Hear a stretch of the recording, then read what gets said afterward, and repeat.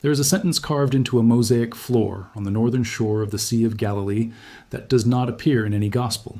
It does not appear in any version of the New Testament that has ever been published. It does not match any known manuscript from the ancient world. And it is written as direct speech, words spoken by Jesus himself, to his disciple Peter, at a location where Jesus is said to have walked, taught, and performed miracles that defied every known law of physics. For 15 centuries, the mud along the shores of Galilee protected this secret. The scholars believed that every word Jesus ever spoke to his disciples had already been captured, sealed inside the pages of the Bible, complete and unchanging. That assumption may have been wrong. The discovery that forced this reckoning began not with a dramatic revelation, but with something far more mundane, a volunteer's tool striking something solid beneath layers of water-soaked earth. Well, what emerged from that moment was a find that Stephen Notley, the academic director of the excavation, described as potentially one of the most important discoveries for New Testament archaeology in this century. This is the full story of what they found, what it means, and why the words carved into that mosaic floor have unsettled biblical scholars around the world. To understand why this discovery matters so much, you first need to understand where it happened. The excavation took place at a site called El Araj, on the northeastern shore of the Sea of Galilee in Israel. And the location matters enormously, because El Araj is believed by a growing number of archaeologists to be the biblical city of Bethsaida. If you know the Bible, that name should sound familiar. Bethsaida was the hometown of Peter, Andrew, and Philip. It was where Jesus healed a blind man. It was where the feeding of the 5,000 took place. In many ways, it functioned as the operational center of the early apostolic movement. But Bethsaida is also known for something deeply unsettling. It was one of only 3 cities that Jesus openly cursed. In the Gospel of Matthew, Jesus condemns Bethsaida directly, warning that it would be brought down for witnessing miracles and refusing to change. And history suggests that is exactly what happened. By the 4th century, Bethsaida had become a ghost town. It vanished from maps. Roman writers stopped mentioning it, as if the ground itself had swallowed the city whole. For nearly 2,000 years, no one could agree on where Bethsaida actually stood. 2 locations battled for the title. One was Et Tel, a rocky hilltop with impressive ruins, but far too distant from the water to function as a fishing village. The other was El Araj, the swampy shoreline where archaeologists from Kinneret College in Israel and Nyack College in New York had been digging since 2014, led by Professor Mordecai Avium and Professor Stephen Notley. The debate was intense. Entire academic careers were built around proving one site right and the other wrong. Then the church was discovered, and everything changed. The excavation? Nobody expected. The work at El Araj was not glamorous. The air was heavy with the smell of soaked earth and rotting vegetation. Pumps ran constantly to stop lake water from flooding the trenches. Every foot the team dug, the water fought back. For weeks, the skeptics seemed right. The team uncovered little more than mud, scattered Roman pottery, and a growing sense of disappointment. Then a volunteer's tool struck something solid, not the dull thump of packed soil, a sharp, unmistakable contact with stone. The team stopped and began clearing by hand. First, a line appeared, then a corner, then a wall, built with perfect right angles, deliberate, precise. This was not a random pile of stones. As the excavation widened, its true scale became impossible to ignore. The walls were thick, built to endure centuries, and as the team dug deeper, they saw the unmistakable curve of an apse, the semicircular space where an altar would stand in a church. But this was no ordinary church. Its design was grand and complex and astonishingly ancient. The building measured approximately 27 by 16 meters in size and was covered with colorful mosaic. And here's the detail that stopped the entire project in its tracks. Archaeologists uncovered for the first time mosaic floors from a lost, legendary basilica reportedly built over the house of Jesus, Apostles Peter and Andrew in biblical Bethsaida. The very mud everyone assumed would destroy the ruins had done the opposite. It had sealed them like a time capsule, protecting them from weather, looters, and even armies for 1,500 years. When the team dug beneath the Byzantine mosaic floor, they found something that confirmed everything. Beneath the church were Roman-era structures. And these were not elite villas or administrative buildings. They were fishermen's houses. The team uncovered lead net weights, fishing hooks, and coins dating back to the 1st century. A fishing village, active during the exact years Jesus was alive. Not only did they find significant remains from the 1st century period, but they also found this important church and the monastery around it. But the Byzantine builders did not place the church randomly. They positioned it with extraordinary precision, centering the entire structure over the remains of one specific house. In the ancient world, you do not erect a massive basilica over an ordinary fisherman's home unless that place carries profound significance. The architects of the 5th century went to remarkable lengths to protect this exact spot. Amos, They built protective walls around the original room. They treated the dirt floor of the old house not as rubble, but as a sacred object. Every detail points to the same conclusion. The builders were completely convinced they were standing on the actual home of Peter. This identification is supported by the 8th century writing of Willibald, the bishop of Eichstätt, who stopped in Bethsaida to visit the Church of the Apostles. While traveling from Capernaum to Kursi, he spent the night in a place he was told was Bethsaida, where Peter and Andrew came from. There is now a church where their home used to be, says his travel account. As conservators carefully removed layers of dirt and decay, Greek letters began to emerge from the mosaic floor. An expert in ancient Greek was called in immediately to translate on site.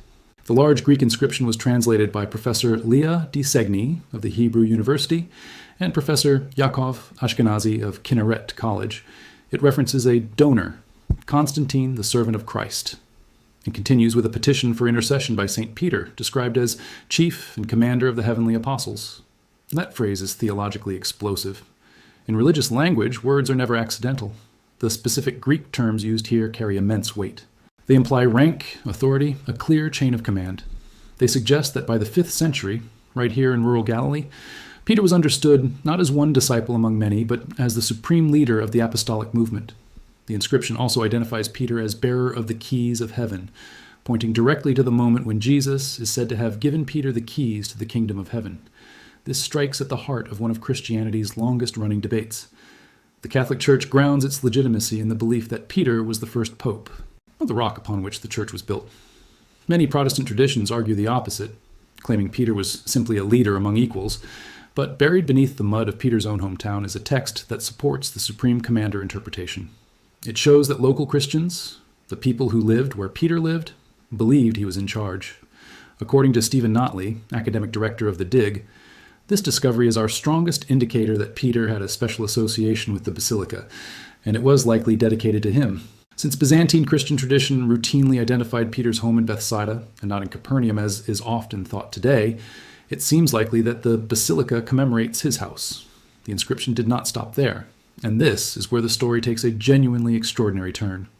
The team soon realized the inscription was enclosed within a circular medallion, a round frame made of 2 lines of black tesserae.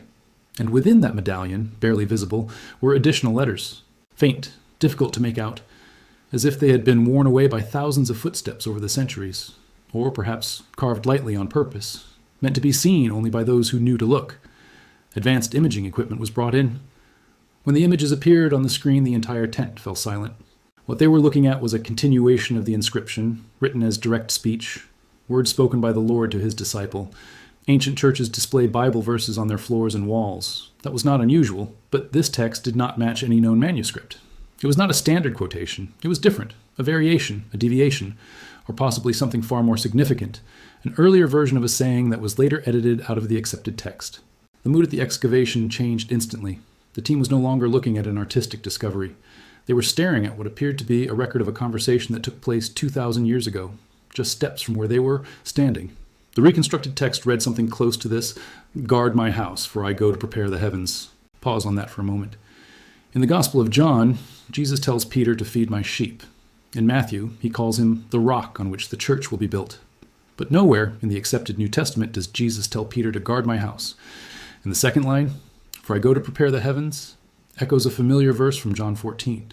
I go to prepare a place for you. But the wording is different, and that difference matters enormously. Scholars who study what are called the agrapha, sayings attributed to Jesus that survive in ancient texts but never made it into the Bible, immediately recognize the significance of what had been found. Dozens of these sayings exist, preserved in early Christian writings, in church fathers, and fragments of papyrus. But finding one permanently carved into the floor of a major 5th century pilgrimage basilica gives it a weight that no papyrus fragment can match. The phrase, "guard my house," reshapes how we understand Peter's role. It does not frame him as an administrator. It casts him as a protector, a sentinel, someone standing watch. And the location of this inscription makes that language even more striking. The church was built directly over a house. Peter's house? What if the tradition was not simply that Peter lived here, but that Jesus explicitly told him to stay here and protect this specific place? That idea connects to something that early Christian communities understood with a seriousness that modern audiences have largely lost. In early Christian belief, sacred places were not peaceful by default. They were considered battlegrounds, locations where opposition was strongest, where the barrier between the visible and invisible world was thinnest. The act of guarding a holy place was not metaphorical. It was a specific spiritual assignment. The phrase for, "I go to prepare the heavens," suggests something even more striking. Not a departure of farewell, but a departure of purpose, a division of responsibility, Jesus leaving to work on what comes next, while Peter is left behind as the designated watchman over what remains. The church that preserved this inscription was not destroyed by enemies or by the passage of time in any ordinary sense. An earthquake in the 8th century caused the structure to collapse and sink into the mud of the Galilean shoreline. For over 1,000 years, the church, the mosaic, and the words carved into it lay sealed beneath water-soaked earth, protected by the very disaster that buried them. The mud that should have destroyed the mosaic preserved it instead. The catastrophe that ended the church as a place of worship became the mechanism that saved its most important contents for 15 centuries. When the excavation team from Kinneret College and Nyack College first broke through that layer of gray silt in the summer of 2021, they were the first human beings to see those tiles since the earthquake swallowed the building. The colors that emerged, reds, blues, yellows, were shockingly intact. The letters were legible. The medallion was undamaged. The words had been waiting. The discovery at El Araj does several things simultaneously that biblical scholarship has never had to deal with before in quite this way. It provides the strongest archaeological evidence yet that El Araj is the biblical Bethsaida, the hometown of Peter, Andrew, and Philip, resolving a 2,000-year debate about the location of one of the most significant towns in the New Testament. Stephen Notley announced that there will be a small earthquake in the Christian world, and that the results would likely be seen as one of the most important discoveries for New Testament archaeology in this century. It confirms that 5th century Christians in the region where Peter actually lived understood him as the supreme leader of the apostolic movement, not simply one voice among equals, with specific authority tied to a specific physical location. And it preserves what appears to be a saying of Jesus that does not appear in any accepted gospel, a direct command to Peter that assigns him a role not of leadership or teaching, but of guardianship, of watching over a specific place while Jesus departs to do something else entirely. The question that the inscription leaves open is the same question it has generated in every scholar who has studied it. If these words were important enough to be permanently carved into the floor of a major basilica, built directly over Peter's home, words that local Christians clearly understood as authentic and significant, why are they not in the Bible? What else did Jesus say that the gospel writers chose not to record, or chose not to include, or were instructed to leave out? The mud of the Sea of Galilee kept this secret for 15 centuries. The words are out now. They cannot be unread.